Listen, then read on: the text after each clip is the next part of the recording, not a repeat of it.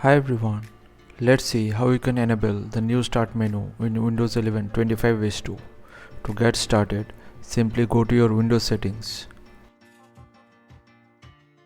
Then go to System, scroll down and click on About. Now scroll down. From here, make sure your OS build is 26200.7019 or higher. If you don't have this OS build, simply go to Windows Update.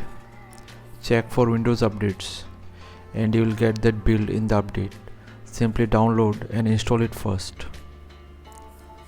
Once you have the OS build installed, open your browser and search for ViVeTool GitHub.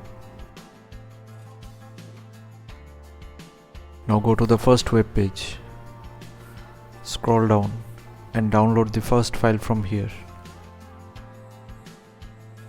Now extract the contents of the file. Go to the extracted folder. Now copy the folder path from here. Now search for command prompt. Right click over it and run it as administrator. Now type cd space and paste the copied folder path and hit enter. Now type ViVeTool and hit enter. Once the ViVeTool is activated, now type in this command and hit enter to execute it.